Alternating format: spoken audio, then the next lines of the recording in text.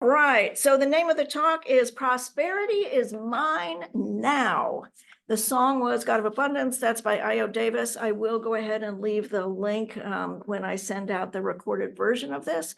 The book is Think and Grow Rich by Napoleon Hill. So we're going to talk about his life. We're going to have a little bit of an intro of the overall scope of the book. We will talk about Unlock Your Wealth Now. Manny Vaya is a man who his website is about 2,000 books that he summarizes. So what he does for a living is take all these books and summarize them. His name is Manny Vaya. I will put the link for that in there as well.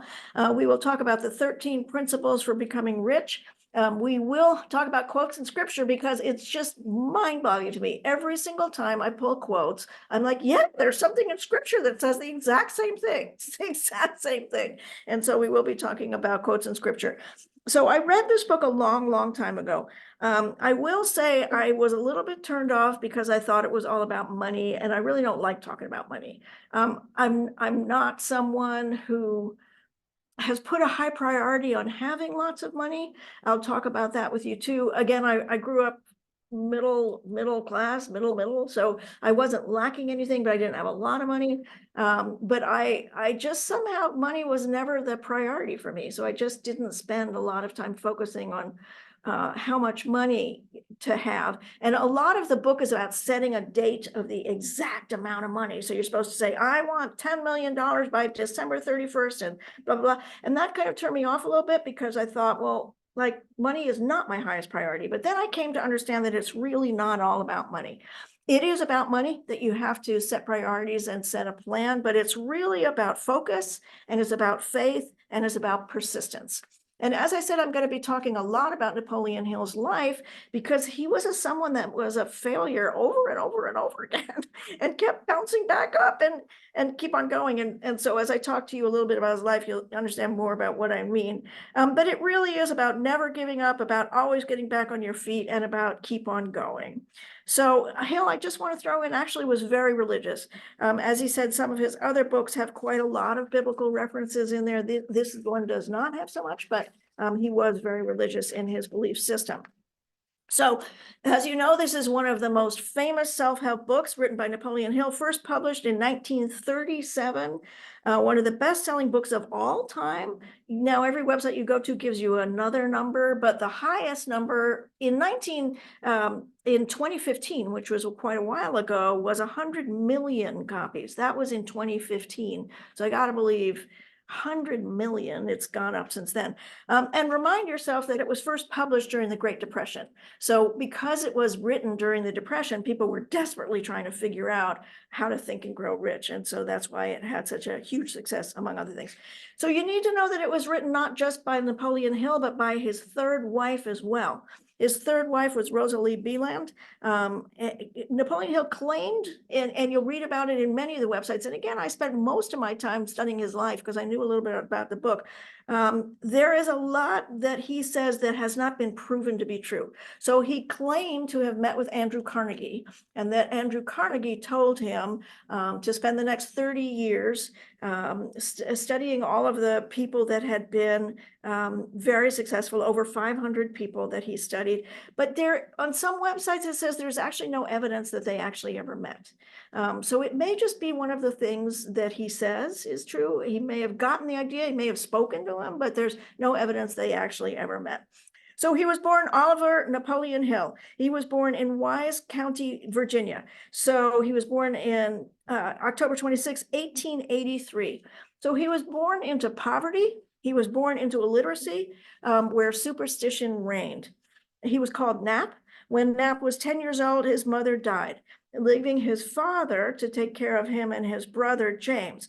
He was very, very rowdy. He loved Jesse James was his idol. He was all about the wild, wild west. And he was sort of uncontrollable until his mother married again. And his mother married someone named Martha, who saw his potential and encouraged him. She told him he needed to direct his energy toward accomplishing something valuable in life, and that she suggested, due to his overactive imagination, he should become a writer. So He, like I said, was very, very rowdy. She promised him if he would give up his gun, because he was going around shooting all the time and intimidating people, if he would give up his gun, she would buy him his typewriter. And she said, if you become as good with a typewriter as you are with that gun, you may become rich and famous and known throughout the world.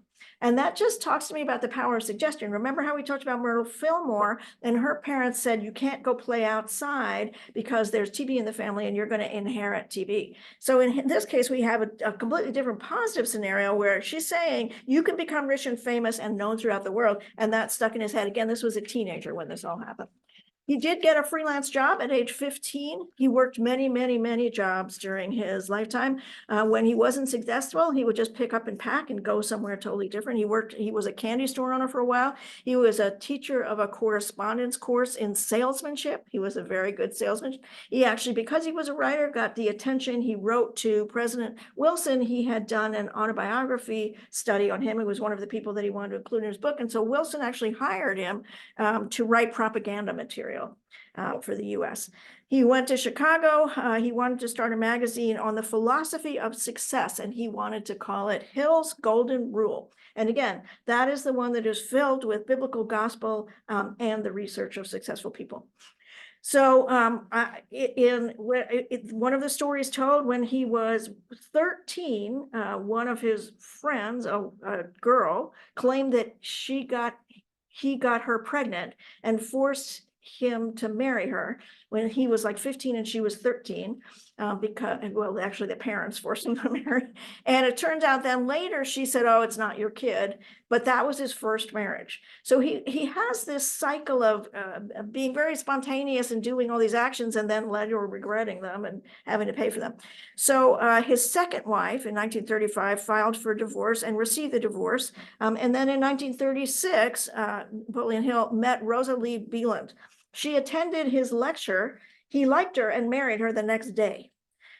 So they moved to New York City. The marriage did not work out, but Rosa gave him a very large loan to continue working on their book. And you need to know that she was very, very involved in it, in all of the editing and all of the writing. It was published in 1937. She had contributed substantially to authoring and editing the book. When they divorced, Beeland had retained the royalties because they had put everything in her name because they were afraid his first wife was going to try to get all the money. So they put it in her name to keep it out of the second wife's hands. It is based on Hill's earlier work called The Law of Success. The Law of Success was 8 volumes produced in March of 1928, so 10 years, almost 10 years earlier. The central theme of all of his books is that personal success does not come simply from physical work, but also from mental preparation and a positive mindset. So he was one of the very first people to be talking about all of that.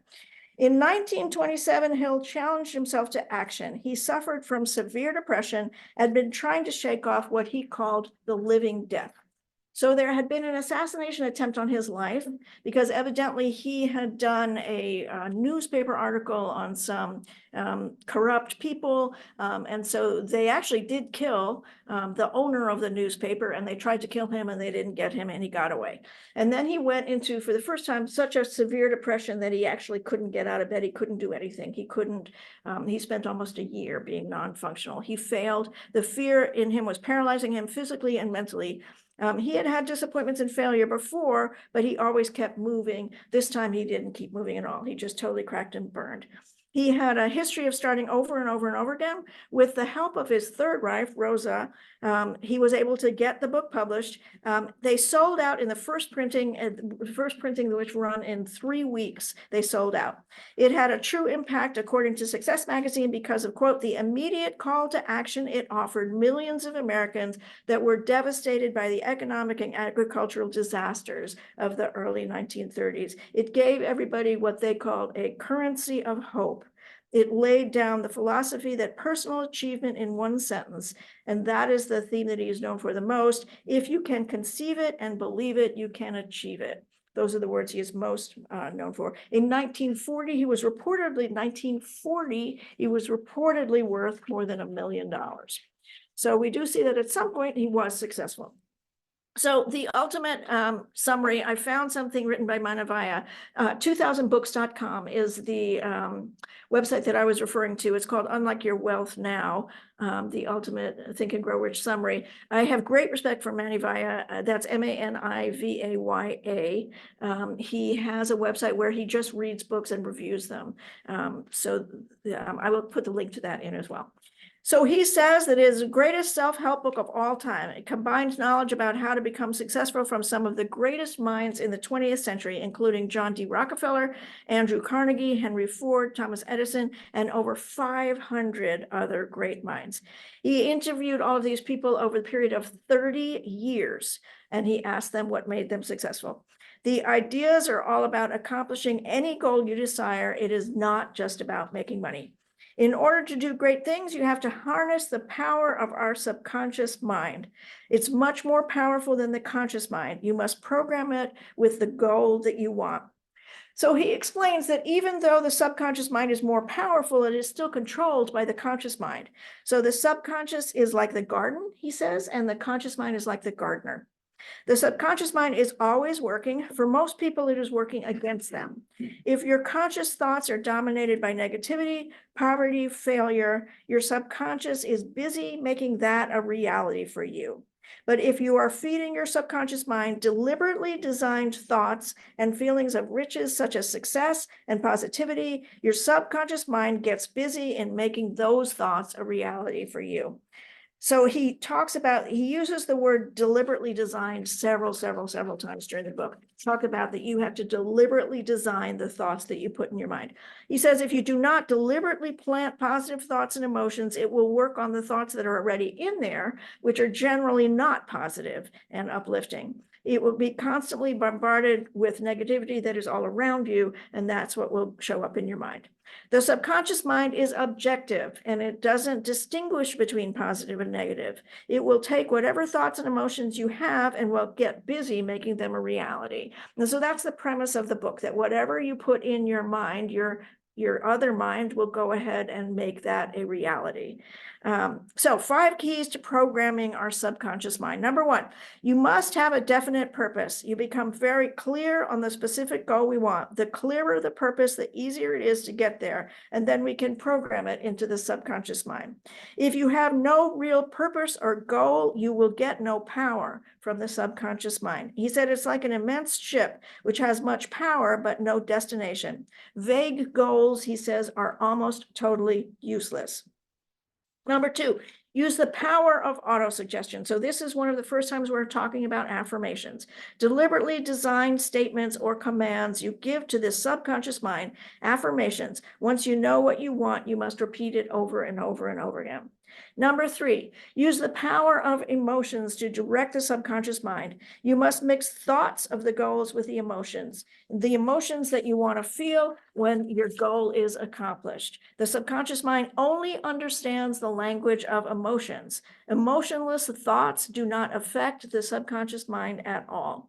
You have to have feelings in order to program the subconscious mind.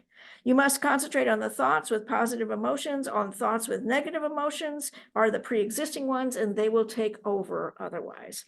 Positive emotions will keep on attracting more of the positive thoughts and emotions. We know that what you think about gets bigger and you attract that more to you. Your job is to minimize the impact of negative, disempowering emotions and program the subconscious deliberately designed positive thoughts.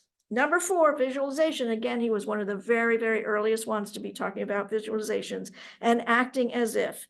See and feel the goal as if it is already accomplished. You know, we have all these books that have come after him that talk all about, visualization, about seeing it, about vision boards and all like that. He was one of the pioneers that started all of this. And that's why his books have sold all those millions of copies, because anybody who's studying New Thought is told to go back to him because he's like one of the original ones.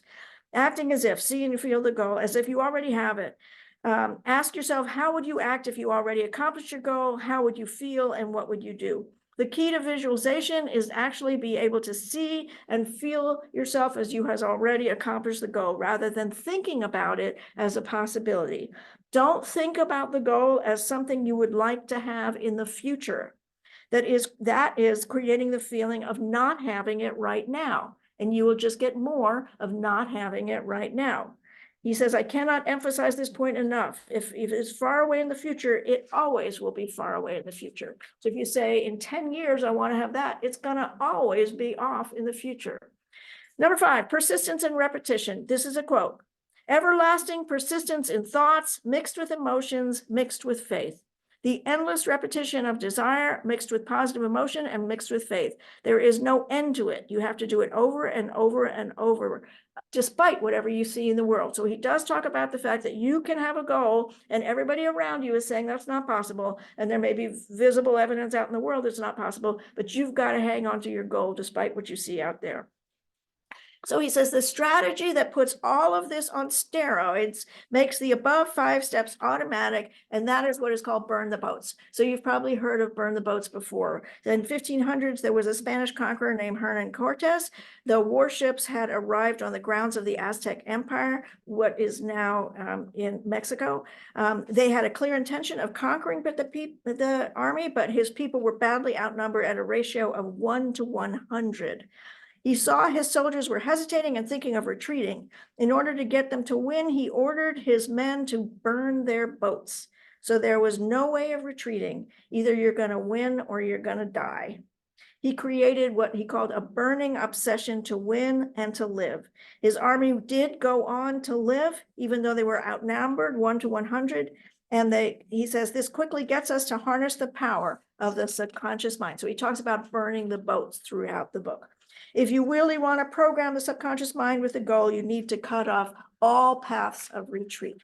One way to do this is to publicly commit to a goal, create deadlines with real consequences if the goal is not accomplished. Whatever you need to do to burn the boats must lead to a state of burning obsession. He uses the terms burning obsession over and over again. You need that fire. You need a near obsession to reprogram your subconscious mind. So I'm going to give you the 13 principles. The book talks about 13 principles that you use. Some of these you've heard, but I'm just going to go over those quickly.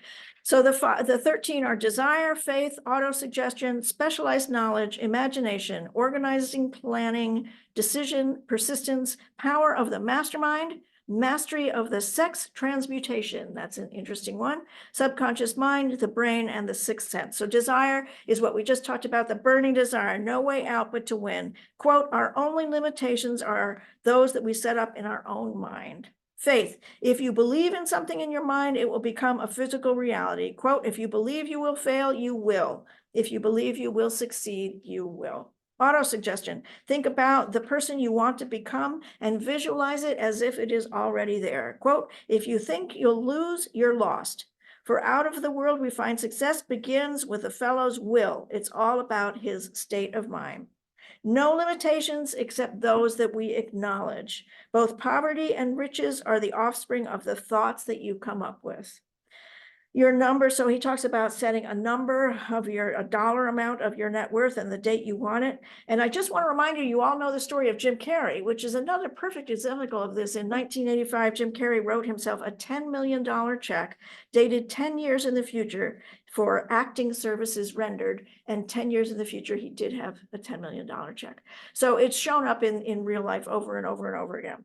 So the next one is specialized knowledge. Henry Ford. So Henry Ford was on trial.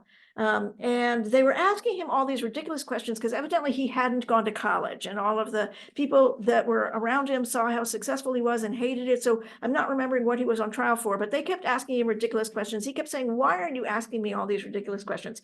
He said, what you don't know is that I have buttons on my desk that I can push, and I can ask any authority, any question, and I will get the answers that I need. So it's all about having the ability to reach out to those people that have specialized knowledge so that you don't have to learn everything there is to know about everything in the world. You just bring into your life the people that are specialized in that. Imagination and organized planning. That is, imagine where you want to be and write down a plan and follow it. The next one is decision. Quote, rich men can make decisions quickly and they rarely change their mind based on other people's opinions. Also, they do a lot more listening than they do talking. And persistence. Where most people fall short is a lack of persistence. That is the major cause for failure. And then he talks about the power of the mastermind. So the power of mastermind is a group of people you put together that you can go over ideas and help each other achieve success, openly share ideas, take advantage of each other's knowledge. I started a mastermind group at Unity when I was over there, and I didn't do it at Unity anymore after I left, but we kept it together for about 4.5 years. And so there were just 6 women, and we all got to know each other very, very well. And we would run our ideas by each other and say, well, what do you think about this? Well, what do you? And so all of each other were constantly, we had each other's back. It was all about supporting each other and loving each other, but giving critical feedback. And so he talks a lot about that power of the mastermind group. This one is a weird one, the mastery of sex transmutation. So what he says is that the sexual desires are the strongest desires that a person could have. And if you could use those desires to focus on something else, you'd be more successful. He is not saying that you should abstain from sex, but what he's saying is you shouldn't overindulge in sex because you're using up your energy. It's like he says there's a certain amount of energy that you have. The sexual energy is the strongest one that you have. And if you use it all up on sex, that energy, you don't have it for pursuing your goals. He says, if you take some of that sexual energy and you push it into a place where you're working on achieving your goals, you'll be much more successful. He says it's about filling your mind with positive emotions over the negative ones. The positive ones, they're desire, love, faith, sex, enthusiasm, romance, and hope over emotions like fear, hatred, and anger. Make sure your positive emotions always take over the negative ones. Quote, life is a checkerboard and your opponent is time. If you hesitate before moving, your pieces will be wiped off the board of time. I thought that was really interesting. So the last one that he talks about of the 13th is a sixth sense. He says, trust your intuition and your inner guidance to help you make right decisions and achieve your goals. So he does talk about inner guidance a lot. As I said, he was quite a spiritual person and he did believe that God would give you the answers as well. So quotes in scripture, Napoleon Hill, patience, persistence, and perspiration make an unbeatable combination for success. Proverbs 21:5, the plans of the diligent lead surely to abundance, but everyone who is hasty comes only to poverty. Napoleon Hill, a goal is a dream with a deadline. 2 Chronicles 15:7, but you take courage, do not let your hands be weak, for your work shall be rewarded. Napoleon Hill, whatever the mind of a man can conceive and believe, it can achieve. Habakkuk 2:2, and the Lord answered me, write the vision, make it plain on tablets, so he may run who reads it. For still the vision awaits its appointed time. If it seems slow, wait for it. It will surely come. It will not delay. Napoleon Hill, there are no limitations to the mind except those that we acknowledge. 2 Timothy 1:7, for God gave us a spirit not of fear, but of power and of love and of self-control. Napoleon Hill, if you give up before your goal has been reached, you are a quitter. A quitter never wins, and a winner never quits. Galatians 6:9, and let us not grow weary of doing good, for in due season we will reap if we do not give up. All right, so here's what I know. Probably the reason that I don't have more money than I do is because I never focused on having lots of money. My goal was always to be able to pay bills and have a little bit left over to go out and have meals with my friends and maybe to take a few trips. And that's exactly what I got. Enough money to pay all my bills and to go out to dinner with my friends and to go on a few trips. That proves the point exactly, which is that it's all about focus, faith, and persistence. Did I put a goal to myself about being a millionaire? No. Did I put a goal to myself that I would always have, hundreds of thousands of dollars in the bank? No. Just wasn't my priority. But where I did set my goal is where it came. So I have never been more focused than in the past 10 years. My goal was to be ordained by the age of 60. I went to school. It was all about discipline, focus, and persistence. I got what you guys all know me to call the pay the rent job, any job that will pay me enough money so that I can just pay the bills and go to seminary and finish school. And I continue to have a pay the rent job now. Pay the rent job is just exactly what it is, pay the rent. And so all through the time of going back to school, my goal was get ordained by 60. Get your degree, get ordained by 60. I got my degree when I was 58 and I got ordained by the time I was 60. And I remember calling Blaine and saying, I need to do this by the time I'm 60. And he's like, yeah, we can make that happen. I remember that so clearly. I was walking up the hall up the parkway, driveway, and he was standing outside that little house where he is. And we had talked on the phone many, many times, but I'd never met him. And he came running out and he was like, "Hello, darling." You know how he is. And he gave me that big, big, big hug. And I was like, "We got to make this work. I got to be ordained by the time I'm 60. And he was like, "Yeah, we'll make it work. We'll make it work." I'll never forget that in all my life. So that vision was real for me. And then the house. So the house, I did a vision board. I tried to find it actually, but it's probably up in the closet somewhere that I wasn't able to reach it. But I did a vision board. And it had on the exact amount I wanted to spend for the house, the cost of the house. It had to have a swimming pool. It had to have covered parking. It had to have a large porch. It had to have a washing drying machine. It had to have monthly payments that I could afford. And I made a huge big poster and I looked at that every single day. And you know that I got that. That's exactly what I got. Now, did I have to look at 60, 70, 80 houses? Yeah. I kept looking and looking and looking and looking and looking, but I was like, I'm not stopping until I get what's there on that board. And I got exactly what's there on that board. My porch is the biggest porch in the park. My porch goes more than half the length of almost 3/4 the length of the house. And my sponsor at that point said to me, "You can't possibly do washing and drying. You're going to get old and you don't want to be lugging it down the street. So you have to buy something that has a washing and drying machine." Wasn't my priority, but she made sense. So I made that a priority. All about what you put down on paper, you will get. After I bought the house, I made a big poster that says, "This is going to be the easiest move I have ever done." And sure enough, it was. I had gotten the job in Mesa before the move so that I would already be out here. I moved to Mesa because this church was here and I fully 100% planned on serving in this church. All of my part-time jobs were very focused. They were, the highest priority was that they have flexible hours and that they had a reasonable distance from my house and that they were no-brainers. All of the jobs that I got could be stupid jobs. They just had to be able to pay my rent. I could get there close and they had flexible hours. As you know, I worked in a call center from 5 in the morning until 10 in the morning so that I could go do my ministry in the afternoon and come to seminary at night. And that was an idiot job. Ooh, well, you know what I mean. Forgive me to any call center people out there. But all I'm saying is the requirement was that it not tax my brain because I knew I was going to have to go home and do homework, but that it pay the bills and that it be flexible. So all of that was true. I wanted to be able to focus on building the ministry and the flexible hours were the highest priority. Very concrete, specific, measurable goals. I never set dollar amount goals about having money in the bank, and I never attained that. But the goals I did set, I always got, and I never gave up. So faith, he talked about faith a whole lot. Believe with all of your heart, God is with you. Quote, "I can do all things through God who strengthens me." Repeat that over and over. So that was my mantra for like 10 years. It still is my mantra. I can do all things through God who strengthens me. So when I thought, I would come home after work and take a nap and then do homework, I would wake up and I would say, "I can do all things through God who strengthens me." So you have to use your faith. You have to hold on to what you believe in and keep on going.